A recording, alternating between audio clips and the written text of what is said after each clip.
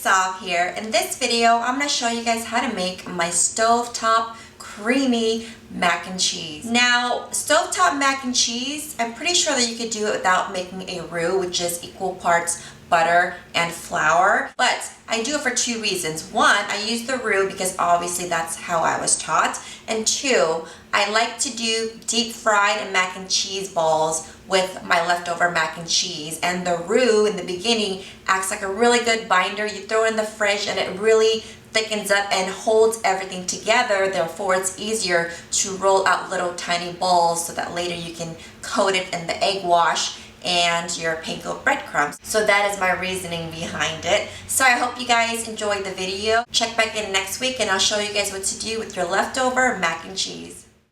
First, you want to start off by melting 4 tablespoons of unsalted butter. Once your butter has almost fully melted, you want to go ahead and dump in all at once 4 tablespoons of all-purpose flour. You want to whisk this until smooth, and I like to get in there with the spoon in the sides of the pot to make sure nothing is sticking, because it usually does. You want to cook the flour taste out for about 3 to 4 minutes, and then go ahead and add in your milk. And here I'm using 2.5 cups of milk. You can use whole milk, 2%, it really doesn't matter. And just cook this down until it has thickened. Depending on how saucy you like it, you can make it thicker before you add in your cheese. But I like mine a little bit more on the saucy side, so I won't let it get too thick. After a couple of minutes, your sauce should have thickened up a little bit by now. I went ahead and added in some Velveeta. I'm sorry, I think mac and cheese needs a little bit of that Velveeta, and I use about 8 ounces here. Once that's melted down, nice and creamy, you can go ahead and add in your freshly grated cheeses. I like a mixture of sharp cheddar and Monterey Jack.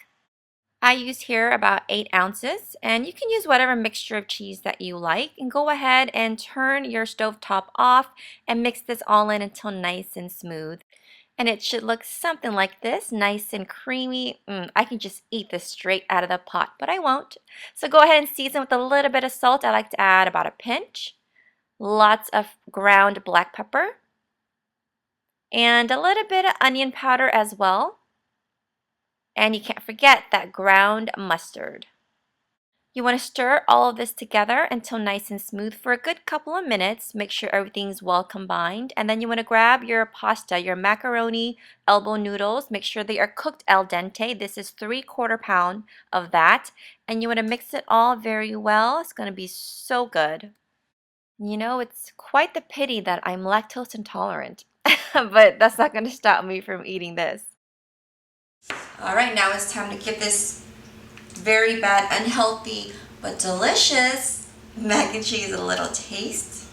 I'm a sucker for mac and cheese. As much as I love my Asian food, I love me some good old comfort American food as well. And this one hits the spot.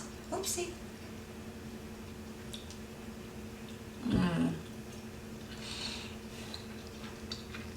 So creamy.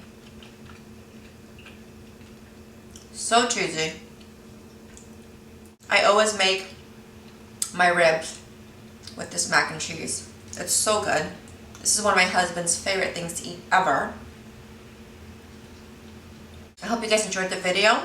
Don't forget to check in next week where I show you how to make my deep fried mac and cheese using your mac and cheese leftovers. Thanks for watching. Bye!